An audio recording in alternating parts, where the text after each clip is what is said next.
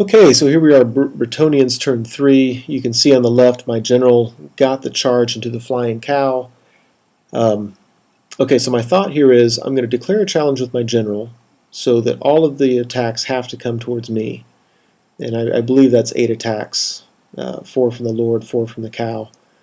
And I'm just hoping that between a rerollable armor save and a ward save, I'm hoping I can charge in, kill the cow, have only 4 attacks come at me, and between my armor saves, rerollable, and my ward save, I can get lucky and survive. So that's the hope there.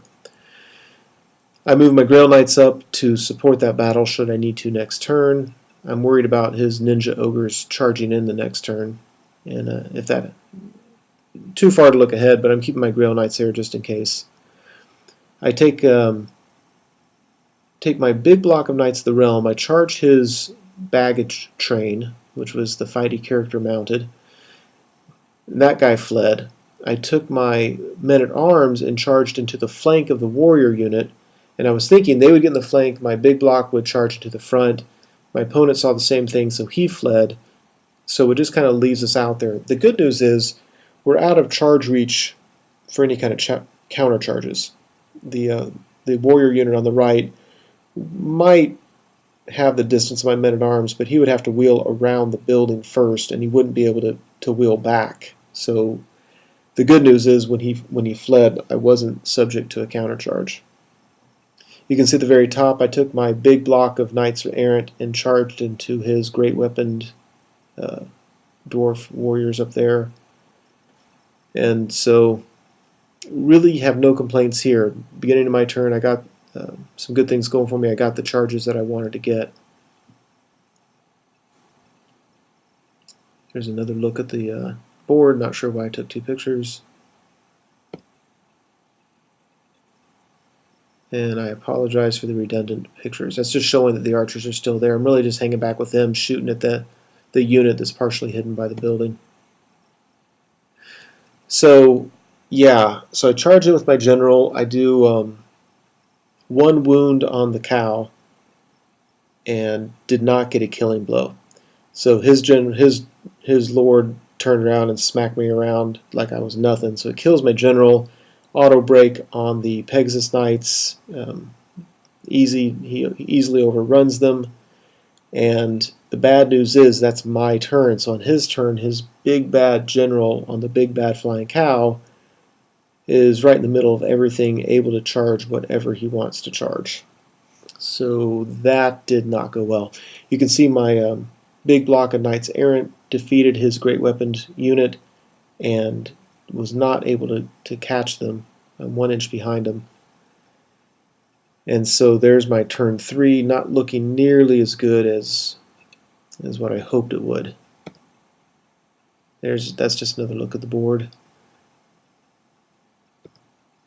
So Chaos Dwarfs, he takes his general and decides to charge my Pegasus Knights. And I'm assuming he did that because he wanted my flying units off the board.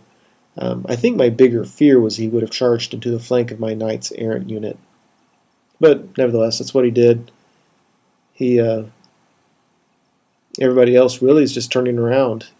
The Ninja Ogres turn around to face my guess is so he could face my big block of Knights Errant, who most likely is going to win again in that combat.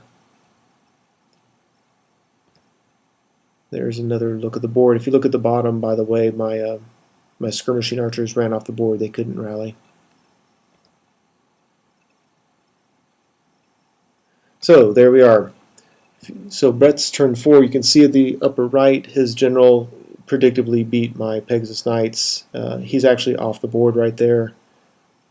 I'm sorry, that's not turn 4. That's the end of his turn. This is turn 4.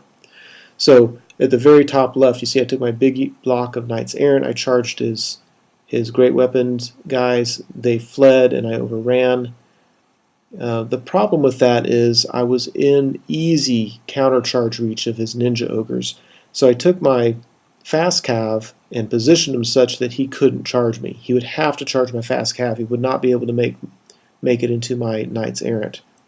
And I would have to take the charge though. I wouldn't be able to flee from it. So I'm hoping I can pass my fear test there, and because I think, yeah, he outnumbers me. So anyway, my fast cav are doing their job. I took my big block of Knights of the Realm. My Grail Knights were barely in range. Both those guys charged into his warrior unit, and my men-at-arms and my small unit of Knights Errant were able to charge the other dwarf unit. So thrilled with the way those charges were lined up. So I'm a little bit afraid of his general. On turn 5, he's going to be able to fly anywhere he wants, and on turn 6, he's going to get one more charge, and whoever he charges is going to be in a world of hurt. The good news is, the end of this turn, 2 of his blocks of warriors should be dead. I should have a rear charge into the other block of warriors, and my plan is to hold with the Grail Knights and get a charge on his Ninja Ogres with them. So pretty happy with how things are in the middle of the board. Just a little bit concerned about what his general is going to do. There's maybe a closer look at all the chaos going on in the middle of the board. And there's a blurry picture. So I'm not sure how the rules are supposed to be on this. On the right-hand side, I broke his warriors in combat. They fled. They should have fled away from the men-at-arms. And my opponent and a guy at the next table said they would automatically just be destroyed because they would flee into my Knights Errant. I'm great with how that turned out. I just don't know if that's the right way to play that or not, and I'm open to any feedback anybody has. You can see that I broke the other dwarf unit.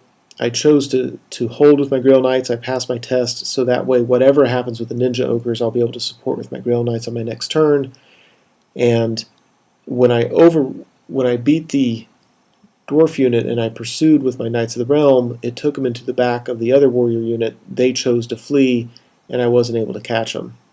So now what's going to happen is when his Ninja Ogres charge my fast cav, after he destroys me, he's going to be able to overrun into the flank of the Knights of the Realm unit. So that's not wonderfully positive, but at least, like I said, I have my Grail Knights there to support me as long as I can hold a turn. So his turn 5, he takes his general. Again, everything at the back of the board are dead units except for the general. He came back on the board and flew there to give himself a bunch of options on turn 6. You can see he rallied his warrior unit, couldn't do anything really except just reform them to face the charge that I'm going to have on him.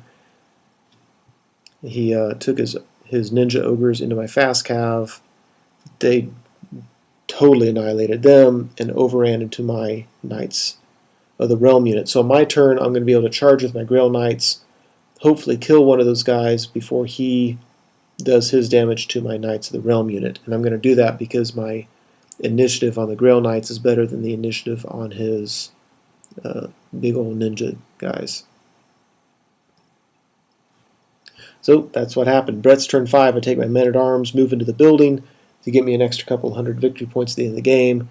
I turn my Knights Errant around, and if you look at the big block in the upper left, those were my Knights Errant with the BSB. My plan was to march 16 inches forward and try to get out of reach of his general, but it didn't matter because I failed my terror test and ran away. So that was disappointing. And what I was planning to do is get as far away from him as possible and angle myself so that if he charged me I could flee and then hopefully rally on my last turn. But that was a moot point once I failed the terror test. So at the end of this combat you could see that I won it. I don't think he killed anybody. He may have killed one of my knights, I don't remember. But anyway, I was able to reform at that point just by turning to the left, and so it was looking pretty good there. But I know on his turn he's going to charge me in the flank with that warrior unit. And this combat, I actually won it by a lot. The problem is his Ninja Ogres are stubborn on a leadership 8, and I didn't know that. So that really hurt, because I beat him by plenty, but it didn't matter. So his last turn he charges in, I win that combat again, but he's still stubborn 8 with his stupid Ninja Ogres. You can see his general charged my BSB unit, so I had to flee and ran right off the board. That was disappointing. Yeah, that's what that looked like after combat. Because my Grail Knights did so well, and that's with only 2 of them in the fight, that and just without number, the flank and whatever I had going on, that I broke the warrior unit from combat, but those stupid stubborn guys stuck around. And on my last turn, that's how the game ended up. He has everything of his is dead except for his general on the flying cow and that stubborn ninja ogre unit. I've got left what you see on the board. So it ended up being a solid victory once you take into account the extra victory points and the banners and stuff like that. So it's a solid victory for the Bretonnians.